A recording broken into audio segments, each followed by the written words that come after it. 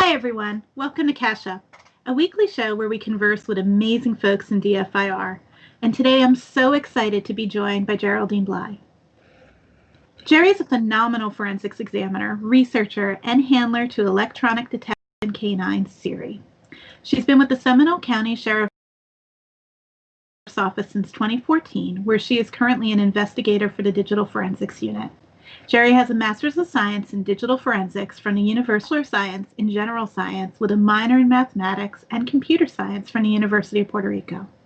She has earned several certifications, including the ENCE and both IASIS Certified Forensics Computer Examiner, the CFCE, and the Certified Advanced Windows Forensics Examiner, the CAWFE.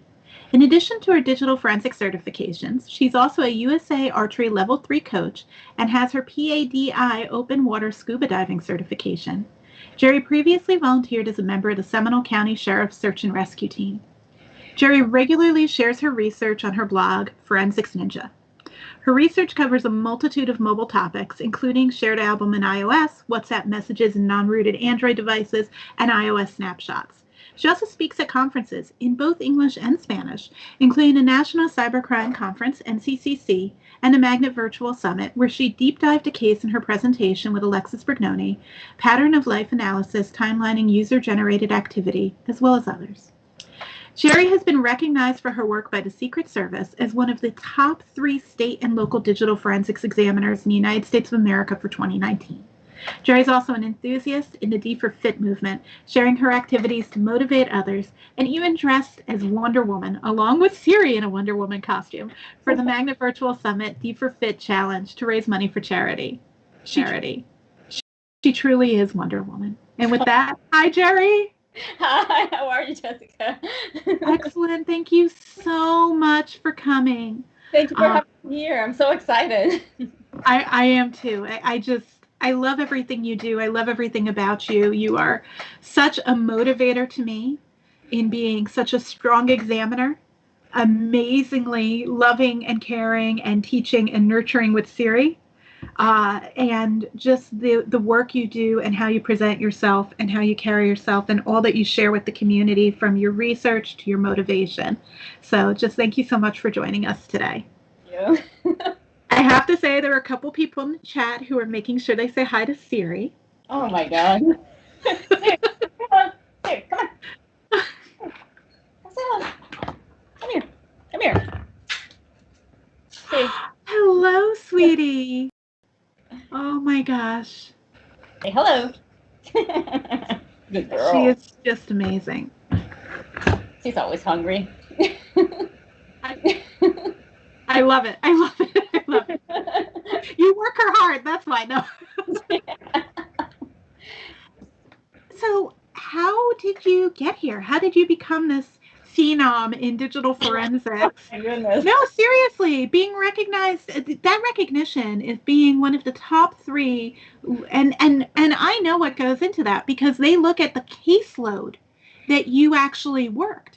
And your caseload, the number of devices and the amount of data that you processed and looked at, is part of what puts you into that spectrum of being one of the top 3 examiners. And while you're doing that, you're a full-time handler for Siri, and you're doing these amazing things. You're motivating other people in D4Fit. You've got all of these personal activities you do outside, and you're sharing your research on blogs. How did you get here? What was your journey like? So I always liked computers since I was a kid. I would sit with my dad and program. We had like a Tandy computer and another computer. I asked him the name yesterday. Q computer. It was like made in Puerto Rico.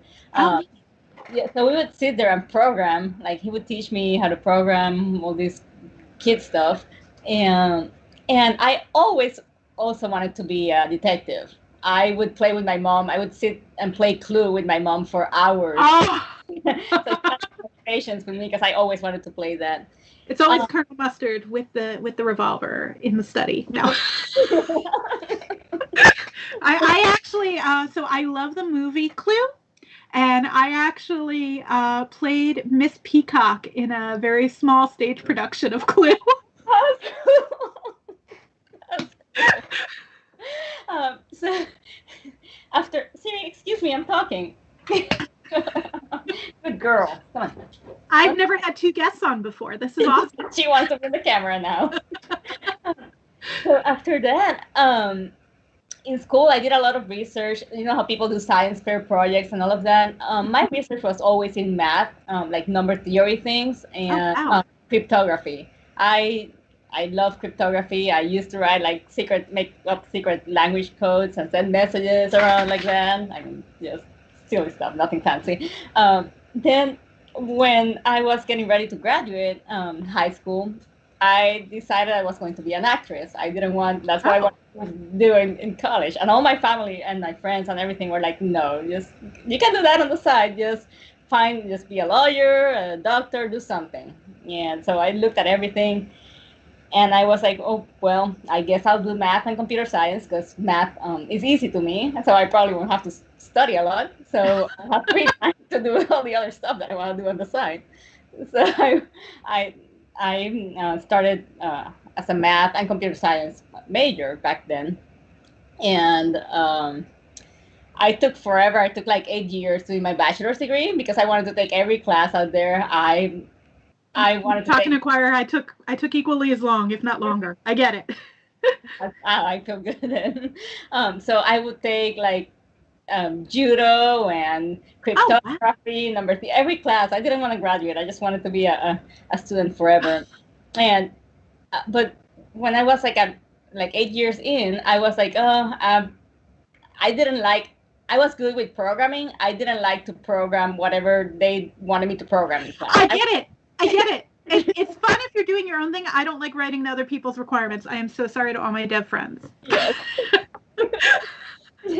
So I was good with algorithms. I could write a program. I didn't want to do it for the class. So I was like, okay, I'm done with school. I don't want to, I am going to change my majors to general science. I just want to graduate. So that's how I graduated with a general science and minors in math and computer science. I had 3 classes left, like 2 math and 1 computer science class. I just got bored. I was like, I'm done. I'm like, I'm going to move to Florida and I'm going to be a stuntswoman. And that's what the idea was. That is incredible. So you were you decide, I finished school, I'm going to move to Florida, I'm going to become a stunt woman. Yes. I'm actually not surprised. Knowing how active you are, I could so see that. That's incredible. So I moved to Florida, but the stunt woman thing never happened because going to stunt school is really expensive. I didn't have the money. Oh, really? Yeah, I worked several part-time jobs at theme parks and all of that just so I could pay my rent and pay just like the daily stuff. Yeah. So after that, one of my college mentors reaches out to me. He's from California, and he's like, hey, why don't you come to California for a few months and do this internship? It was computational ecology. So doing like modeling, computer modeling and all of that for ecosystem, for food chains, pretty much. So I was like, sure, I'll try it out. He was trying to get me back into computer science. So I did that for a few months. Then I came back to Florida. I love California, but it was so expensive to live there. So I came back to Florida. I worked at Apple for like 5 years, I think, 4 or 5 years. I was what they call back then family room specialist. They pretty much you fix phones and iPads, like iOS devices. And you also teach classes, like their workshops, their one-to-ones, and all of that. And I was training to be a genius, what they call genius in the store. You're a genius. No, I'm so far from that. So that's when I was like, oh, you know what? I'm going to go back to the police academy. I'm going to go to the police academy, and I'm going to see if I can do this other childhood dream that I had, which was be a detective. I went through the academy. I got hired by my agency. I was a field service officer for a year, and then I was on patrol for a year. And after that, I was doing my master's degree, meanwhile, in computer forensics. So you already got interested in computer forensics. I mean, I think this is so amazing because you're saying as a child, your 2 interests where you used to play Clue and you really want to be a detective, and you used to write programs and play with computers, and you loved that and the math and the algorithms. And what's amazing is back then, it's not like digital forensics didn't exist. Uh-huh. And so now to come to this point where you're studying digital forensics at the university right there in Central Florida, and you're working as a patrol officer, that's incredible because you're getting to live both your dreams and both your dreams now. Like as a child, they didn't exist. But now, if I looked at a kid who was interested in those two things, I'd be like, hey, you should get into digital forensics. Yeah, but that didn't exist then. And luck brought you to both of those things. Oh, I love it. I'm sorry. It wasn't even like a thing when I was going through college. I probably would have liked it more, my computer science degree, if I had known about digital forensics. I know the University of Puerto Rico, they have a lot of, they do a lot of digital forensic stuff these days. But back then, that wasn't a thing. It was just... so I was on the road for a year, and then a spot opened up in my unit. And I applied, and I got the spot, and I've been doing that since. But what's cool was I am so hyper that I was like 2 or 3 years, no, like 2016, like 2 years in, I was like, you know what? I like this. I really love what I'm doing, but I don't want to sit behind a desk all day. I want to be a canine officer, a canine deputy. So I was like looking to put a transfer to go back to the road or something, and apply to be a canine deputy. And that's when I went to an ICAC conference, and I heard about the Jared Fogle case. Yes. Canine bear. So I was like, So if people don't know, do you want to talk a little bit about what you're referencing? I'm sure everybody knows, but just to make sure. Well, Jared Fogle was the subway guy, the spokesperson or whatever. So he was arrested for child pornography for, I think he was producing child pornography, and they used one of the first documented electronic detection canine, I believe, canine bear, as part of the search warrant that they served at his residence, and he found some devices, and that's where the stuff was, on the devices that a person would have found that the first electronic detection canine spoken about case happened. It's a phenomenal case, and I love that you learned about this at an ICAC conference. That's great. So then what happened? So I decided to write a proposal. I'm like, you know what? Let's see what happens. And we were able to get Siri donated to us by Operation Underground Railroad. They do anti-human trafficking. Yeah, actually, Jad Saliba has been involved with Operation Underground Railroad, so that's really exciting. I know that's actually close to Magnet's heart. So that's such a great organization to help stop human trafficking. That's awesome. So yeah, and now I love my job because I got to I'm doing every childhood thing that I had, which was being a canine officer or deputy, detective, doing computer stuff, like everything. And I love that because you made it come true. Like you were contemplating, I'm spending too much time behind a desk. I want to be more active. And now you have Siri, which means now you've got to be on all these warrants, right? There's no way they can't do it without you. That's awesome. I encourage people, if you see that YouTube link that Kevin dropped in the chat, that YouTube link is a video. Save that. Watch that later. That is a video about when Siri first came to the Seminole County Sheriff's Office. And you can see Geraldine in there training her, and you can just see how exciting it was because, correct me if I'm wrong, she was the first electronic detection dog in the state of Florida, correct? Yeah, correct. Mm-hmm. Yeah, that's fantastic. And I think in one of the things I saw, it said she'd served over 60 warrants at that time. Mm-hmm. So I'm sure it's well more than that now. Oh, yes. We've slowed down a little bit because of COVID. We're not doing a lot of stuff or opening back up now, but yes. But it's incredible because the two of you are fighting crime together. I love it. You're Wonder Women. It's just amazing, and in a lot of ways you're saving kids. I mean, literally saving kids. So thank you for the work you do. Thank you. I know it's hard. So what kind of things are you working on or researching now? Well, I usually base my my research on what comes up in my cases. So right now I've been doing a lot of stuff with shared iCloud albums. that's I'm about to publish I published the first part already. I'm working on the second part now.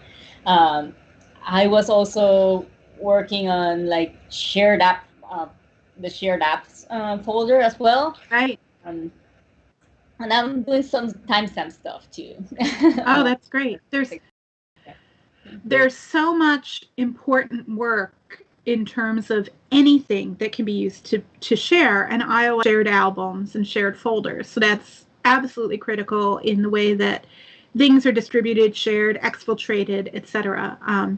Back when I was in the lab, we were doing a lot with apps that are used specifically for sharing, and like wire mesh apps that are used for sharing, etc. So it's really interesting that now a lot of that's being done just with native apps.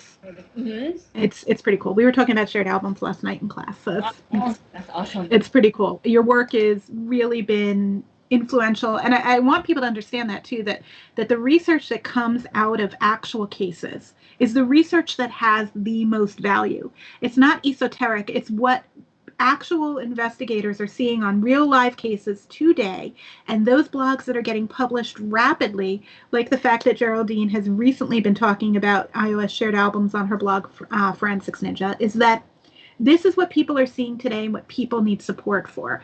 And a lot of things that Geraldine's doing, I have seen Yogesh jump on your work and code for your work. I've seen Alexis jump on your work and code things from your work. So the things that you're sharing, they're putting into their open source and free tools, which is incredible. And it's influencing what we're doing as a commercial vendor even. So when you publish things, we're looking at what you're doing. I know you talked to Chris Vance a bit, and when you bring up something in your research, we dig into it too, because we know that it's what people are seeing on real cases today. It's not esoteric. It's not what do we think people might see. It's what's actually happening today.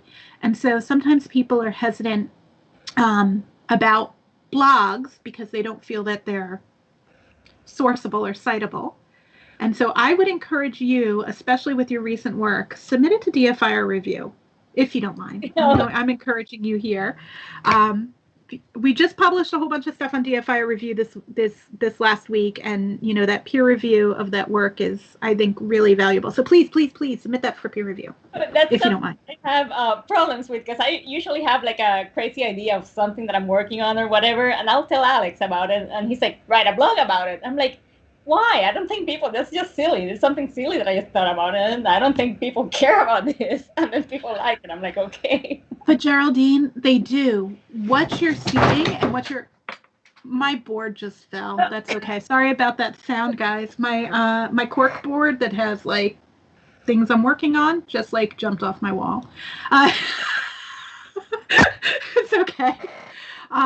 Brett Shavers is saying he seconds that in terms of you submitting things for DFIR review. And Kevin Magano is saying, yes, more research and more blog posts. And here's the thing. If you're thinking about something, other people need to know about it, because we need to spurn and build and work on each other. So I'm going to say, whatever it is, we want to know. You are so smart, you're so intelligent, and you're so close to what you're seeing in the mission that sharing your research is critical. And even if you don't come to a completion on it because it's just an idea and a start, that is opportunities to work with other people and to inspire other people, because there are folks in academia and students who don't have that field experience but are looking for things to research and delve into. So even if you don't have time but you spurn the idea, there might be students, because now there's so many universities that are teaching that are interested and can carry forward that thought, or people who are looking to break into the field who need to publish some research and do some research to show that they get it.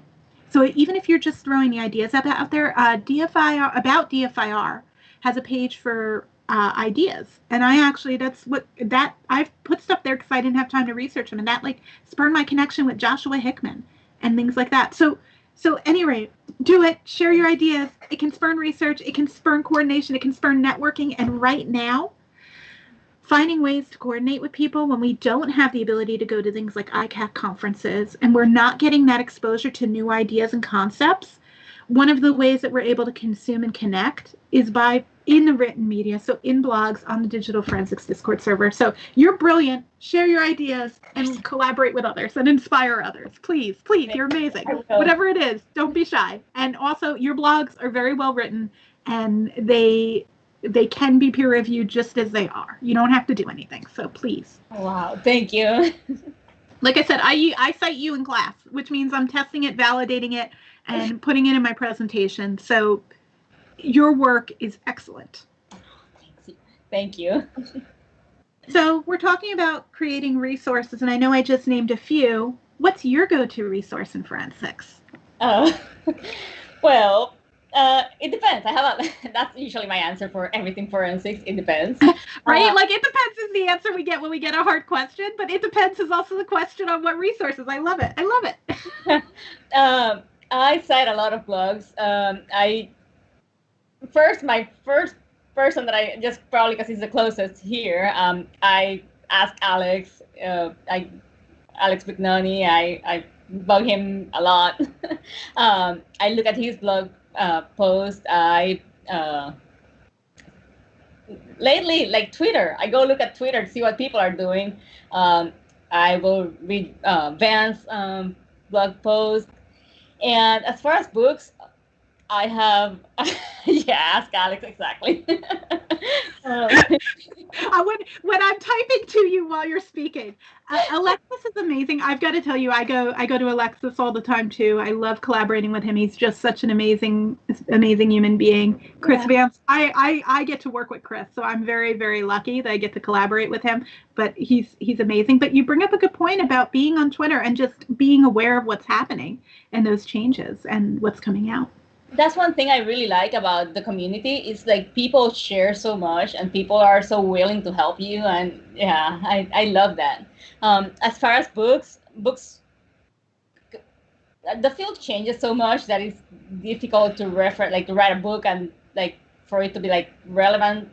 Yes. Like right, like all the time. But I still have a few books like Sanderson's. Do you see Aaron? Aaron said, "Ask Siri." Hey. Hi, Aaron. That's somebody else that I bug a lot too, Aaron. I bug Aaron a lot also. As the networking stuff, malware stuff, because that's totally not my area. Well, Aaron's brilliant with malware and memory and all of that. Yeah.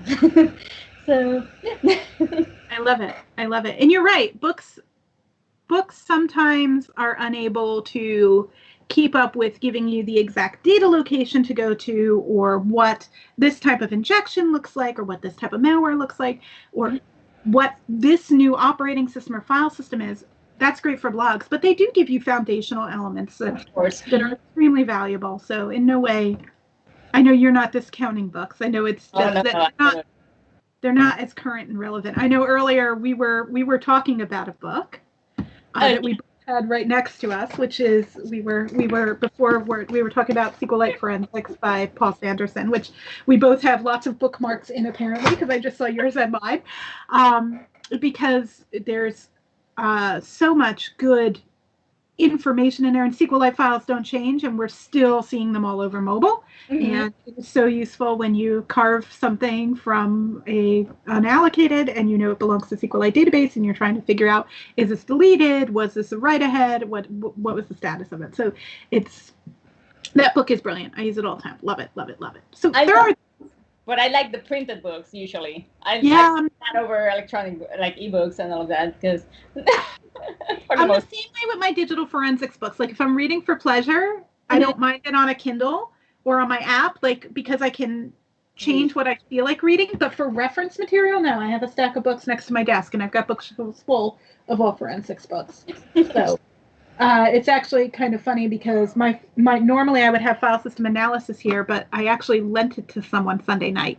And that's what's so good about books too. You can physically give them to somebody else or drop them in the mail now, but you can share that knowledge really easily, and it's so foundational. Yeah, I need paper. I have a feeling of where things are in some books. Does that make sense? Yeah. And I highlight stuff and I write notes everywhere. So yeah. Physical books, there's something about them. I love it. And I love that you have a variety of resources from people to using the internet to using books because you're using everything available to you. It's awesome. Thank you. You have been involved in a couple of really interesting cases, including one that's kind of high profile because there was a lot of content about it. If you Google Geraldine Blay and this case, you are going to be able to watch her testimony in depth because there's so much. I'm not saying that you should, but would you mind talking a little bit about that case? Of course. The case she's talking about is State of Florida versus Grant Amato. When was it? January 2019. There was, this guy killed pretty much his whole family. He got obsessed over Bulgarian webcam model. He totally fell in love with her and got obsessed with her, and he pretty much killed everyone. And the case was, it was super sad, obviously, but it was like something you would get out of a scenario on like a capture the flag or I don't know, one of your certifications or whatever. It was like total, like digital forensics solved the case pretty much, or help solve the case, like because there was like no no like traditional physical evidence, no like fingerprints because he lived at the house, no like DNA, obviously he lived there. Because his DNA is supposed to be there, right? So every lie that he said in the interview, we used digital forensics to prove that it wasn't what he was saying. So there was like USB connections, iPhones, tons of iPhone stuff, like Knowledge C, health database, and I don't want to, in case you guys want to look it up online, No, and we don't need to go in depth on the case. What I love about this is people don't a lot of times think of major crimes not really being heavily investigated from the digital realm. And what was so interesting about this case is that it is this case that the crime takes place in the physical world.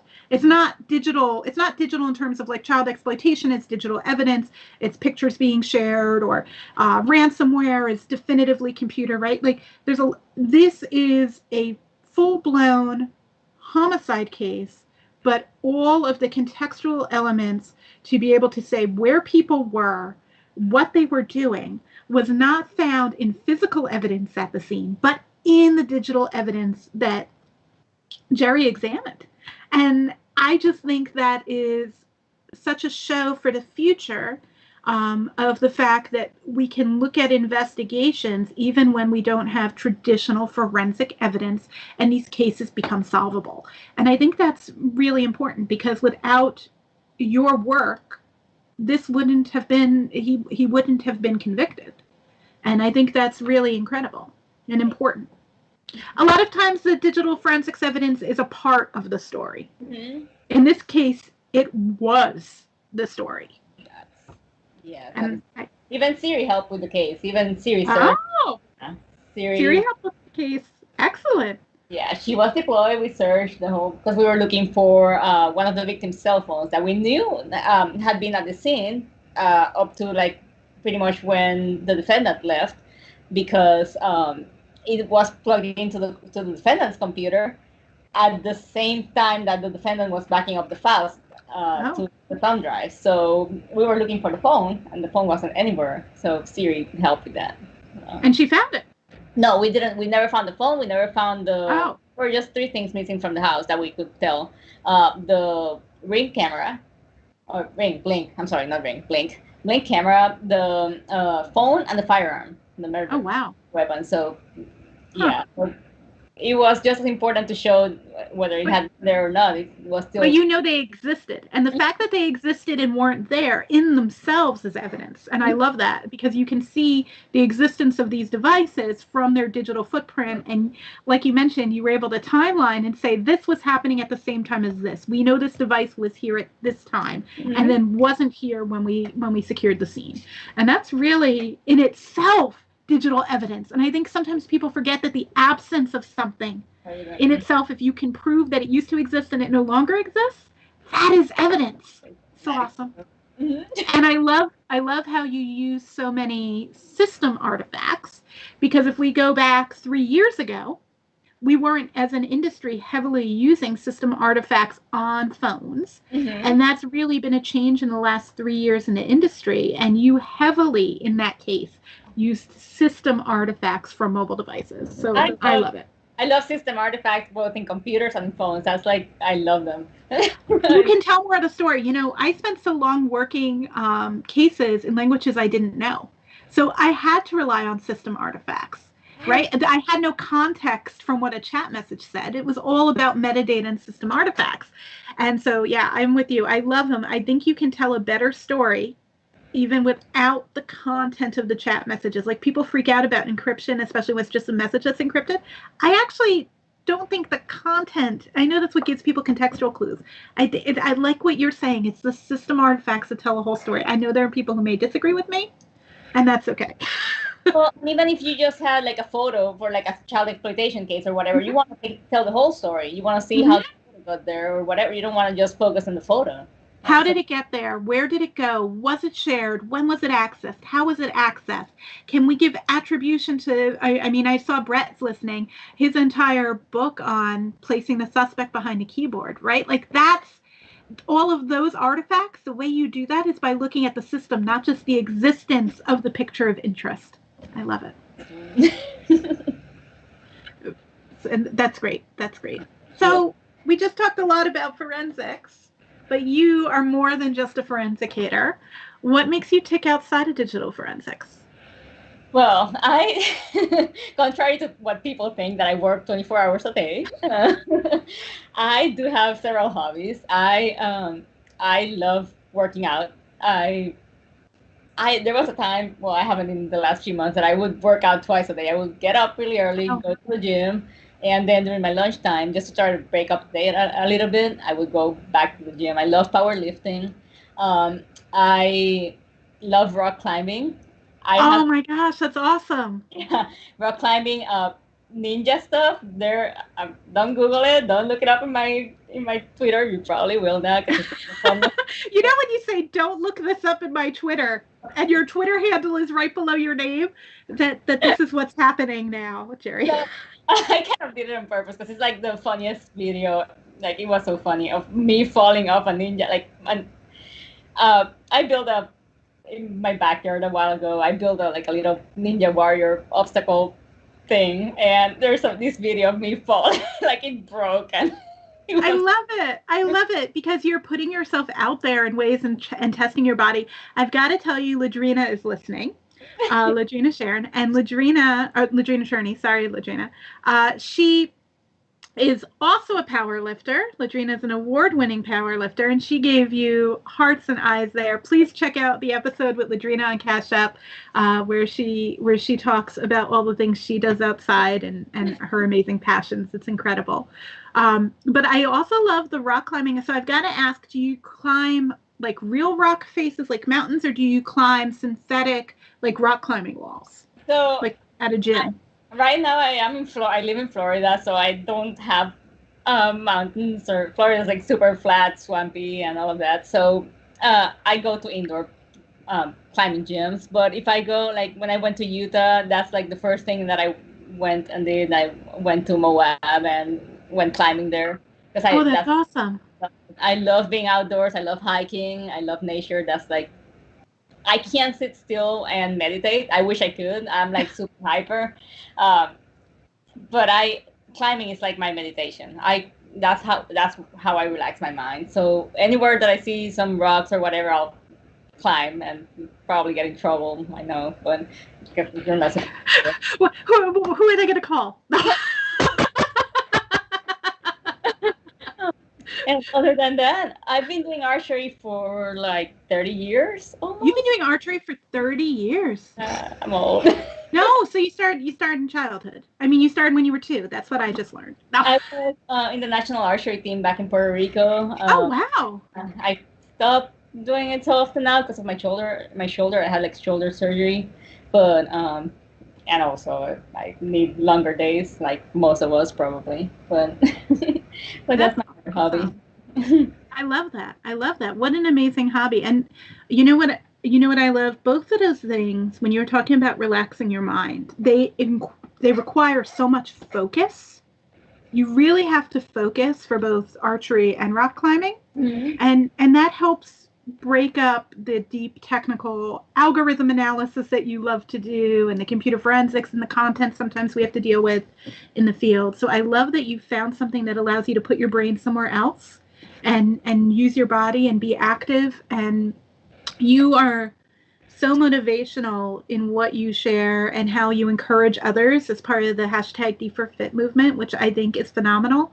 And I think it's especially important right now where a lot of us aren't able to do as much outdoors, or maybe you live somewhere where your gyms are closed, or it's just not something that fits your risk profile right now. And I love the fact that you give so much encouragement to people. I see the way you encourage others on there. It's not just about what you share about yourself, it's what you say and reply to other people and the way that you encourage others. And I just think it's beautiful. So thank you for doing that for people in the community. Thank you. So you've had a really interesting way of getting into digital forensics, and you've achieved so much, and you've really created this amazing role for yourself, being able to work with Siri and do good things and be active while still doing work behind a keyboard and doing so many things. And such, like, you made your journey. What advice would you give to someone who's looking to get into digital forensics? So I have several pieces of advice that they would have helped me if I had known them when I started. Just put your head down, work really hard. It's not always going to be easy. You're gonna hear a lot of no's in this field. I've had, especially being a female and being a like English is my native language, I've had a lot of people like being like, oh, like, I'm not sure that she knows what she's talking about or whatever. So you're going to hear a lot of no's. Don't give up. Like, put your head down, keep working. Reach out to others. Please, if you need anything, I say it all the time on Twitter. If you want me to peer review something, I will make the time for it. If you need like advice on anything, even if I don't know, I will help you research it. Like, I will try to find out for you or whatever. Always think outside the box. Like, I was ready to go back to the road, and I had this opportunity. Like, I saw this opportunity with Siri, and I was like, oh, let's try. Who knows? Like, always. And you put in the work. You wrote the proposal. I think you're bringing up a really important part here about for people not to be discouraged. And I would say that right now, you said some things about when you were coming through. I really hope that right now, and you mentioned being a woman, that young women who are looking to get in this field do not see it as a male-oriented field anymore, because there are so many of the top people in this field, many of our guests, people who are on here right now, everybody from Jerry to Ladrina to Alyssa to I could name through half the guests we've had, because half the guests we've had have been women who excel in this field. Mm-hmm. So I really hope that, I know it was that way when you and I were starting, but I really hope that the young women who are listening realize that this is a field for them. And I'm a strong believer in representation matters. And Jerry, I think that as an English as a second language, that you were an English language learner and not your first language, that shows that you are even smarter, even more intelligent, able to do things that other people can't do when you're doing things that are not in your native tongue. It is not a skill or a quality I possess. I'm a monolinguist. And so I think it shows just incredibly how smart and intelligent you are. And I love that you put yourself out there and that you're sharing your work, because it is an encouragement to other people who would identify with you more so than other people they're seeing in the field, because representation does matter. And so you're doing that hard work. You've put in, and you're showing other people that hard work pays off, and to ignore those detractors that say those things to you. So thank you for doing that for the community. And I also want to applaud you for something else. I want to applaud you for taking your content and delivering it to Spanish-speaking audiences as well as English-speaking audiences. There's not enough content being produced outside of English. And I love that you've shared your content, that you've taken presentations that you've done and then, re-provided those as content to Spanish speakers. And there's not enough of that. And I think that's wonderful. And I appreciate that you've done that for the community. So thank you. Thank you. And I always say, but if anybody has anything that you guys want me to translate in Spanish, if you have like a blog post that you have written or whatever, please send it over. I will translate it. That is awesome. And I love your offer to mentor people, to share, to translate, to work with them and co-work with the research. And that's really the whole community does that. And I'm going to put something in the chat right now. I'm putting hashtag DFIR little ES, because that is the hashtag that I know Alexis and Gustavo and Santiago and a couple of others who create Spanish language content are using to signify on Twitter and on LinkedIn when content is Spanish language, so that Spanish speakers can look for DFIR content in Spanish. So I just want to, since we just were mentioning it, encourage people to look at hashtag DFIRES. And if you're creating Spanish language content, please tag it with hashtag DFIRES so we can create a community there where people can network, talk, share, etc. Oh yeah, that's awesome. Thank you for sharing that. Yeah, Alexis started that, so I noticed it in one of our CTF competitors wrote their blog about how they did the CTF in Spanish, which is awesome. And so I actually reached out to Alexis and asked him to share it, because I know I don't have a lot of Twitter followers who speak Spanish, and he does, and he could tweet about it in Spanish, which is, again, I'm a monolinguist. I'm not capable of it. And I saw he put the hashtag DFIRES on the post, so I asked him, and I just thought it was brilliant. Well, yeah, we've already spoken. Alexis is brilliant. Go check out Alexis's episode 2. He's brilliant. Yeah, he is. But he works like 24 hours a day. He's like always, I can text him at 3 in the morning and he's up, or at 7 in the morning and he's up. I'm like, you don't sleep, dude. And so are you. Which is probably how you are working so much data in so many cases, but still finding time to share and mentor and work on yourself. And I really appreciate it. So just thank you for everything you do, for everything you share. I can't wait to see more. And thank you for willing to be such a mentor and an inspiration to so many others in the community. Oh, thank you. Thank you for being so kind. It was such a privilege to have you on today, and to have Siri on today. Yeah, come here. Oh, she's going to come back? Yeah, come here. Come here. Say bye. Come here. Oh. Bye, Siri. Thank you for all you do to help people. Hey, thank you. I'm hungry. And thank you for writing your own path. That's so inspirational. You wrote your own path. Thank you so much. Bye. Bye. It was so great having you on here. You too. Bye. Thanks so much, Jared. It was so great to speak to you. Next week, we're going to have Brian Moran on. So you know that episode will be fun. It's probably, I love you, Brian, and I can't wait to hear what's going to come up in our conversation. Our full schedule for the rest of the year is on the website, magnetforensics.com/cash app, and you can see everything for 2020, plus a link to the RSS feed and a playlist to see or listen to previous episodes, either on YouTube or on Podbean. We're finishing up the year, Lenita Hinch, Aaron Sparling, Catherine Headley, Richard Davis of 13 Cubed, Mary Ellen Kennel, Kim Bradley, and then we've got great things planned for 2021. Thank you so much for listening. Have a great day. And today is November 10th, so happy birthday to all the Marines. Rah!